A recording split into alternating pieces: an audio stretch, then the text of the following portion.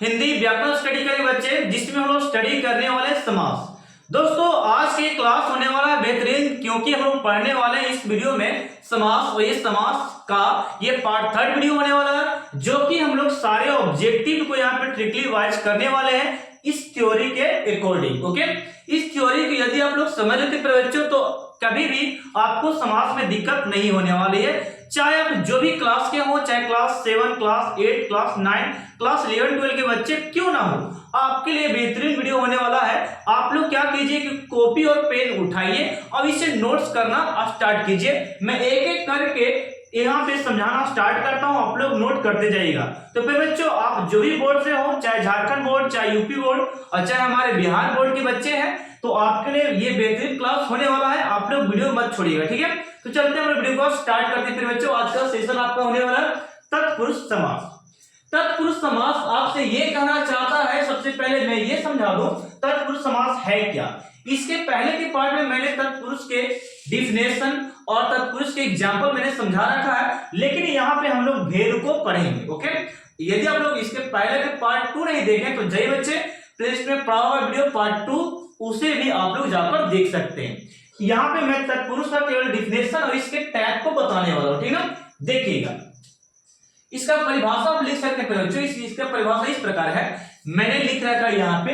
ये बोलता है कि समस्त पद में, यानी कि जिस समस्त पद में बच्चों विभक्ति का लोप होता है उसे हम लोग तत्पुरुष समास का नाम देते हैं। डिफिनेशन आप लोग लिख सकते हैं इसी तरीके से। मैंने क्या बोला, मैंने ये बोला बच्चों कि जिस समस्त पद में विभक्ति का लोप होता है उसे तत्पुरुष समास कहते हैं। तो प्यारे बच्चों आखिर में यहाँ पे सवाल ये उठता है कि तत्पुरुष समास में विभक्ति आखिर है क्या। तो प्यारे बच्चों यदि आप लोग कारक का स्टडी किए हैं, कारक चैप्टर को, तो उसमें होता है विभक्ति टोटल 8 या 7 होते हैं, इस प्रकार के होते हैं। तो प्यारे बच्चों आप लोग याद रखिए, कर्ता ने कर्म को करण से संप्रदान के लिए अधिकरण में पर, ये सब जितने 8 से 7 जो है आपके, ये सारे विभक्ति हैं और विभक्ति के अकॉर्डिंग हम लोग यहाँ पे पढ़ने वाले हैं बच्चों। तो चलते हैं, हम लोग डिफिनेशन तो सीख लिए और इसका मैं डिफिनेशन के थ्रू यहाँ पे मैं दूसरे तरीका से मैं समझा दूं कि इसको आप बोल सकते हैं तत्पुरुष को जिस समस्त पद के अंतिम शब्द उत्तर पद होता है, क्या होता है, अंतिम पद या उत्तर पद प्रधान होता है, उसे हम लोग तत्पुरुष का नाम देते हैं। मैंने क्या बोला, मैंने ये बोला जिस समस्त पद के अंतिम पद या उत्तर पद प्रधान होता है उसे हम लोग तत्पुरुष समास कहते हैं। या डिफिनेशन ऐसे दीजिए या ऐसे दीजिए, दोनों आपका सही है।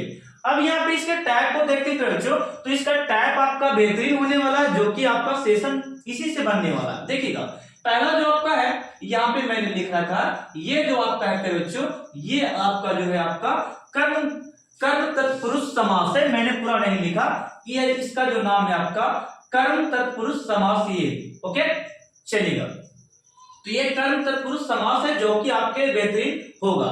देखिए बच्चों यहाँ पे कर्म पुरुष जो है, कर्म तत्पुरुष जो है, यहाँ पे पहला आपका है। सेकंड टाइप में आपका जो है यहाँ पे करण, यानी कि करण तत्पुरुष समास हो गया, और यहाँ पे थर्ड में जो आपका है संप्रदान तत्पुरुष समास हो गया, और फोर्थ में आपका जो होने वाला है यहाँ पे अपादान तत्पुरुष समास हो गया, और फिफ्थ जो आपका होने वाला है संबंध तत्पुरुष समास होगा मेरे दोस्तों। ओके, तो आप लोग एक एक करके मैं यहाँ पे आप लोग को समझाने वाला हूं, और यहाँ पे लास्ट में जो मैं आपको बताऊंगा अधिकरण, और एक और शायद आएगा नहीं, यह 6 टोटल 6 हम लोग स्टडी करेंगे अधिकरण तक ही। तो पहला मैं स्टार्ट करता हूं इससे, यानी कि कर्म तत्पुरुष समास से। बच्चों कर्म तत्पुरुष समास से मैं यहाँ पे स्टडी कराने वाला हूं आपको। तो सबसे पहले कर्म तत्पुरुष समास क्या है, किसे कहते हैं, वो सबसे पहले आपको जानना चाहिए। तो मैं प्यारे बच्चों आपके लिए मैं बता दूं कि इसे आप डिफिनेशन लिख सकते हैं, जिस समस्त पद में को का लोप होता है उसे कर्म तत्पुरुष समास कहा जाता है। मैंने क्या बोला बच्चे, मैंने ये बोला कि जिस समस्त पद पे बच्चों को का लोप हो जाए उसे कर्म तत्पुरुष समास कहा जाता है। ये डेफिनेशन आप लिख सकते हैं, नोट्स कर सकते हैं। एग्जाम्पल में आइए और बेहतरीन से हम लोग यहाँ पे समझते हैं। यहाँ पे जैसे कि मैंने लिखा सिर तोड़, यानी कि इसका ये जो आपका मैंने लिख रखा है, ये सब जितना है ये समस्त पद है, और समस्त पद को हम लोग खंडित करेंगे, उसके पद को खंडित करेंगे तो समझिए कि समास विग्रह हो रहा है। क्या हो रहा है? समास विग्रह हो रहा है। तो हम लोग इसको खंडित करते हैं सिर तोड़, यानी कि सिर को तोड़ने सिर का तोड़, यानी कि यहां पे हम लोग लिख सकते हैं फिर बच्चे सिर को तोड़, जिसे हम लोग क्या बोलेंगे? सिर तोड़। ओके फिर बच्चों नेक्स्ट आपका है पॉकेट मार, पॉकेट को मार। यहां पे मैं एग्जांपल थोड़ा सा एक देख लूं थोड़ा सा किस प्रकार यहां पे बनाता है। हाँ वाला हम लोग यहां पे लिख सकते थे बच्चों, मैंने यहां पे लिखा, यहां पे मैंने केवल ये लिख दिया सिर को तोड़ने वाला, जिसको हम लोग बोलते हैं सिर तोड़ते बच्चों। अब यहाँ पे सारे आप बना सकते हैं मेरे साथ, देखिएगा जैसे कि पॉकेट मार को क्या लिखेगा? पॉकेट को मारने वाला, पॉकेट को यहां पे लिखेगा पॉकेट को मारने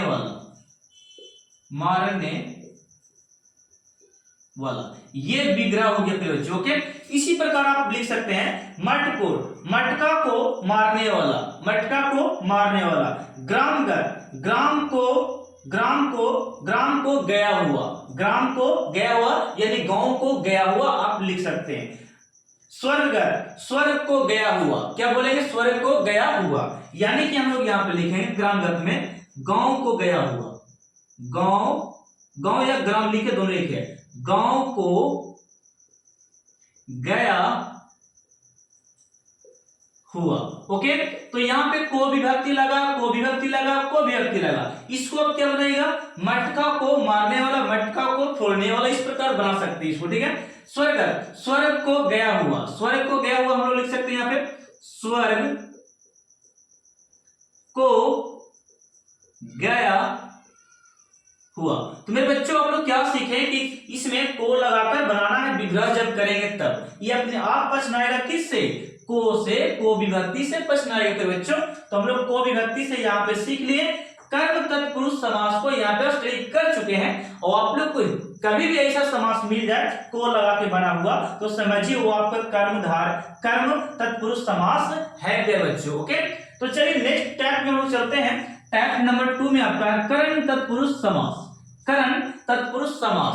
तो करण तत्पुरुष समास का डिफिनेशन आप लोग लिखिएगा, हम लोग ऐसे बोल सकते हैं बच्चों, जिस समस्त पद में से का लोप हो जाए, लोप में क्या बोला? लोप मतलब हट जाना, विलुप्त हो जाना। ठीक है तो मैंने वही लिखा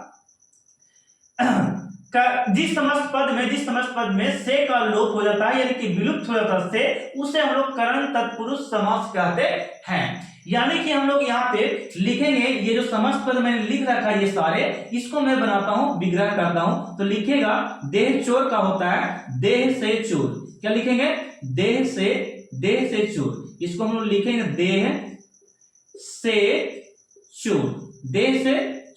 देह से चोर को अगर इसको बनाएगा, समास बनाएगा तो क्या होगा? ये विभक्ति जो है ना से, ये विलुप्त हो जाएगा तो क्या बनेगा?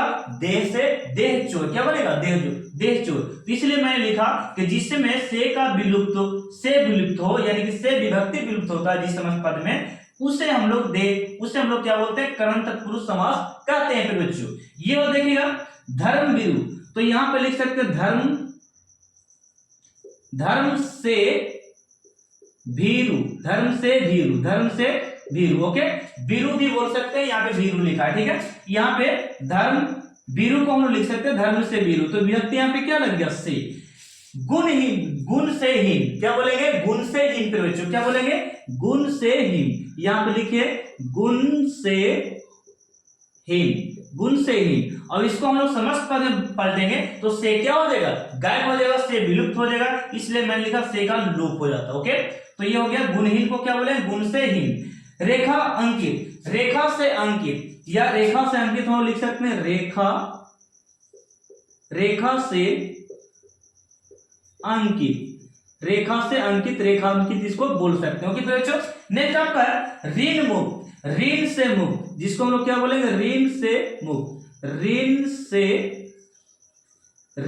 मुक्त, ऋण से मुक्त, ऋण से क्या बोलेंगे, मुक्त पे बच्चों।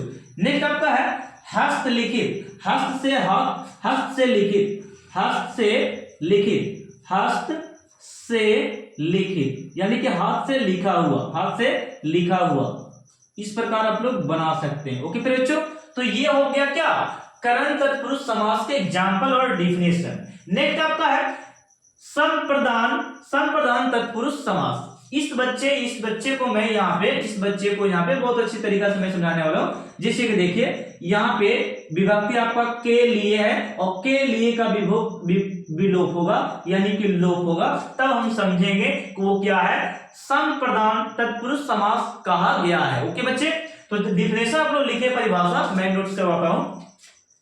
जिस समस्त पद में विभक्ति के लिए विलोप होता है, विभक्ति के लिए लोप होता है, उसे संप्रदान तत्पुरुष समास कहा जाता है। ये इसकी परिभाषा है। ओके चलिए, परिभाषा तो ठीक है, एग्जाम्पल में जाते हैं। जैसे कि मैंने लिखा देवालय, देवालय का यहां पे बना सकते हैं देव के लिए आलय, देव के लिए आलय, देव मतलब देवता, देव मतलब क्या हो गया, देवता, तो देव के लिए आलय, देव के लिए आलय, देव के लिए क्या, देव के लिए फिर बच्चों आलय, देव के लिए आलय हो गया। ओके, जैसे कि किताब घर बच्चों, किताब घर, तो किताब के लिए घर, किताब के लिए घर आप लोग बना सकते हैं यहाँ पे, किताब के लिए घर, किताब के लिए घर, किताब के लिए घर। नेक्स्ट आपका है रसोई घर, रसोई के लिए घर, रसोई के लिए घर, रसोई के लिए घर, रसोई के लिए घर पे बच्चों। अब स्नान घर को आप बना सकते हैं ना, स्नान घर को आप बना के दिखाए कमेंट सेक्शन में, स्नान के लिए घर। और देशभक्ति को आप बनाइए फिर बच्चों, आप बनाइए कि देश के लिए भक्ति, देश के लिए भक्ति बच्चों। स्नान घर ये मैं डबल लिख दिया, स्नान के लिए घर। नेक्स्ट आपका धर्मशाला, धर्म के लिए शाला, उसे हम लोग अर्थात बोलेंगे धर्मशाला। ओके, तो ये आपको कैसा लगा आप लोग बताइए कमेंट सेक्शन में बच्चों। मैं अभी बताने वाला हूं आपको ये वाला अपदान और संबंध और अधिकरण अभी चलेगा, तो मैं ये आपको स्क्रीनशॉट लेकर इसको आप लिख लीजिए। मैं नेक्स्ट स्लाइड में आपको इसको और उसको और देन उसको मैं बताने वाला हूं, ठीक है। इस आपको फिर बच्चों अब हम लोग नेक्स्ट स्लाइड में चल आए हैं, तो देखिएगा आपका फोर्थ जो समास यहाँ पे होने वाला है, यहाँ पे अपदान तत्पुरुष समास। ये आखिर कहता क्या है मैं उसे समझाऊंगा। सबसे पहले देखिएगा मैंने यहाँ पे लिखा अपदान तत्पुरुष समास जो है, सबसे पहले इसको परिभाषित करने का प्रयास कीजिएगा, डिफिनेशन देने का प्रयास कीजिएगा। तो बोल सकते हैं जिस समस्त पद में से का लोप होता है, जिस समस्त पद में से का लोप होता है उसे हम अपदान तत्पुरुष समास कहते हैं। ये रहा इसका परिभाषा, ठीक है। यानी कैसे बोल सकते हैं, जिस समास में से का लोप हो उसे हम लोग क्या बोलेंगे, तत्पुरुष समास कहते हैं फिर बच्चों। अब यहाँ पे जरा ध्यान दो, से एक प्रकार की विभक्ति है जिसका लोप होना है, यानी कि हटना है, विलुप्त होना है, तब समझेंगे ऐसे समास को क्या बोलेंगे, अपदान तत्पुरुष बोलेंगे। एग्जाम्पल में जरा देखिएगा आखिर में से का अर्थ क्या होता है, इसमें जरा देखिए। ये जो मैंने एग्जाम्पल लिख रखा है ये आपका है, आप समस्त पद है बच्चों, इसे विग्रह करना है, तो विग्रह मैं कर बताता हूं। नेत्रहीन है तो इसे आप लिखेगा नेत्र से हीन। क्या लिखिए बच्चों, नेत्र से हीन, नेत्र से हीन, जिसे हम लोग क्या बोलेंगे, नेत्रहीन। क्या बोलते हैं, नेत्रहीन। तो ये जो विभक्ति है इसका अगर लोप होगा, ये विभक्ति ये विग्रह जो कर दिए हैं इसका जब लोप होगा तो क्या बनेगा, नेत्रहीन बनेगा। यही शब्द को हम लोग क्या बनाएंगे, नेत्रहीन। तो जब ये विभक्ति लोप हो गए तो समझिए कि क्या अपदान तत्पुरुष है। चलिए नेक्स्ट वाला हम देखते हैं। ये पद चयुत है, यानी कि पद से चयुत पद से चयुत पे बच्चे, तो ये हो गया पद से चयुत हो गया। क्या हो गया, पद से चयुत। नेक्स्ट आपका शक्तिहीन, शक्ति से हीन पे बच्चों, शक्ति से हीन। शक्ति से मैंने क्या लिखा, हीन पे बच्चों, शक्ति से हीन हो गया आपका, ठीक है। नेक्स्ट आपका है बलहीन। बल से हीन, क्या बोलेंगे हम लोग, बल से हीन, बल से हीन, बल से हीन हो गया, बल से हीन। यानी कि जाति भ्रष्ट में आप लिखिएगा जाति से भ्रष्ट, क्या हो गया, जाति से भ्रष्ट। यहां जाति हो गया, यहां पे से लगा दी, जाति से भ्रष्ट, जाति से क्या हो गया, भ्रष्ट हो गया। और यहाँ पे बंधन मुक्त, बंधन से मुक्त, क्या बोलेंगे, बंधन से मुक्त, बंधन से मुक्त, बंधन से ये क्या हो गया, मुक्त हो गया। तो बच्चों बंधन से क्या हो गया, मुक्त हो गया। ये आपका एग्जाम्पल था किसका, अपादान तत्पुरुष का था बच्चों। अब मैं आपको पांचवा समझाने वाला हूं, क्या है आपका संबंध तत्पुरुष समास। तो फिर बच्चों सबसे पहले हम लोग इसको परिभाषित करने का प्रयास करेंगे, इसका डिफिनेशन देने का प्रयास करते हैं, आखिर इसका परिभाषा किस प्रकार दे सकते हैं। तो लिखेगा जिस समास में विग्रह में, जिस समास के विग्रह में का और का या की का लोप होता है, यानी कि विलुप्त हो जाता है, उसे संबंध तत्पुरुष समास कहते हैं फिर बच्चों। ओके, ये परिभाषा था। अब यहाँ पे देखिए, जैसे कि मैं एग्जाम्पल यहाँ पे लिख रखा हूँ, ये सारे जो आपके हैं ये आपका हो गया संबंध तत्पुरुष समास के एग्जाम्पल है, और इसको हम लोग समस्त पद कहते हैं। अब इसको हम लोग विग्रह करके दिखाते कैसे किया जाता है, देखिएगा। जैसे कि लिखा है राजकन्या, तो आप लोग लिख सकते हैं राजा की कन्या, राजा की कन्या, जिसे हम लोग राज कन्या बोल रहे हैं। ओके, तो ये राजा की कन्या हो गई बच्चों। ओके, नेक्स्ट आपका है श्रमदान। श्रमदान यानी कि श्रम का दान, श्रम का दान, यहां पे लिखिए श्रम का दान, श्रम का क्या हो गया बच्चों, श्रम का दान हो गया।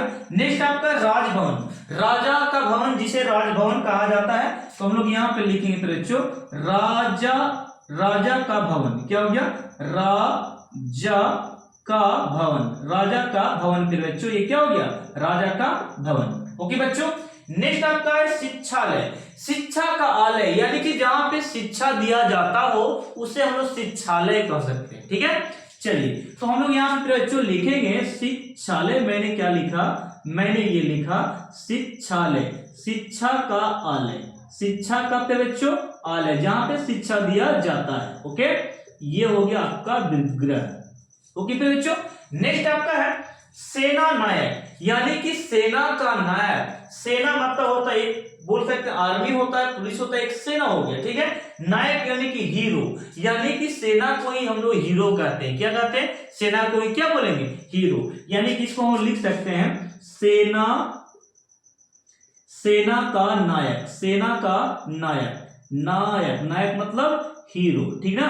चलिए, हिमालय, हिम का आलय यानी कि हिमालय, यानी कि जहां पे बर्फ पड़ रही है बच्चों, लगातार बर्फ 6 माह पड़ती है, 6 माह बर्फ जहां पे पड़े उसे हम लोग हिमालय का नाम देते हैं। यानी कि हमेशा लगातार बर्फ पड़ते ही रहे तो हम लोग हिमालय वहां पे बोल सकते हैं। हिमालय बहुत बड़ा होता है, ठीक है, चलेगा। तो इसको हम लोग लिखेंगे हिम का आलय, यानी कि हिम का घर। हिम मतलब बर्फ हो गया, हिम मतलब क्या हो गया, बर्फ, यानी कि हिम का आलय, जहां पे बर्फ रहता है उससे हम लोग बोलते हैं। ओके, तो ये हो गया हिमालय, हिम का आलय, हिम का आलय हो गया हिमालय। ओके फिर बच्चों, तो ये था संबंध तत्पुरुष समास, जो कि था का की।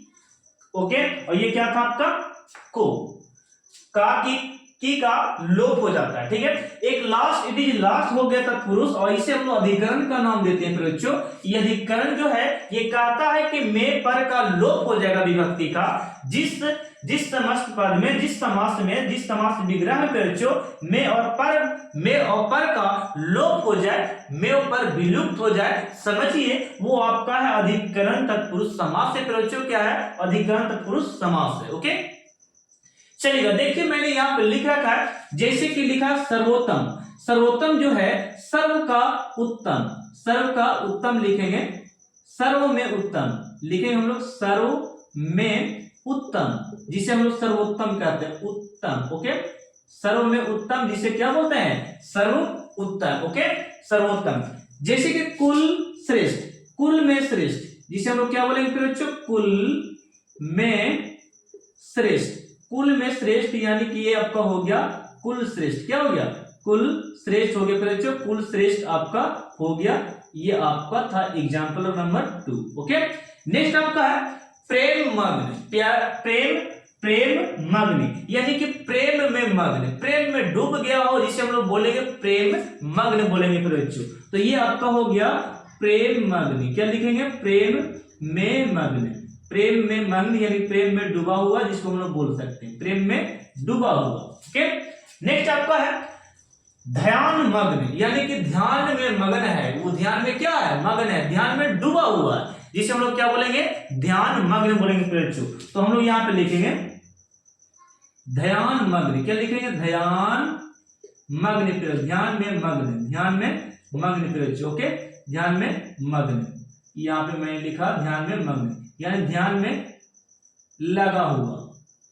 ओके, ये हो गया। नेक्स्ट आपका आनंद मग्न। आनंद में मग्न है, क्या है? आनंद में यानी पूरा आनंद ले रहा है, ठीक है, आनंद में मग्न। तो हम लोग यहां पे लिखेंगे आनंद मग्न। क्या मैंने लिखा? आनंद में मग्न, आनंद में मग्न फिर बच्चों, आनंद में मग्न हो गया, जिसे हम लोग आनंद मग्न कहते हैं। ओके, नेक्स्ट आपका है ग्रामवास। ग्राम में वास, ग्रामवास कहा जाता है। ग्राम में वास यानी कि ग्राम में वास, जिसे हम लोग ग्रामवास कहते हैं।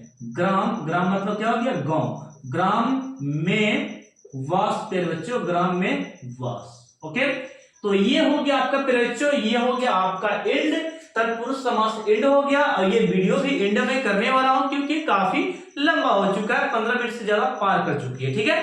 तो बस यहां पर रहने देते हैं, और आपका जो ये तत्पुरुष खत्म हो गया।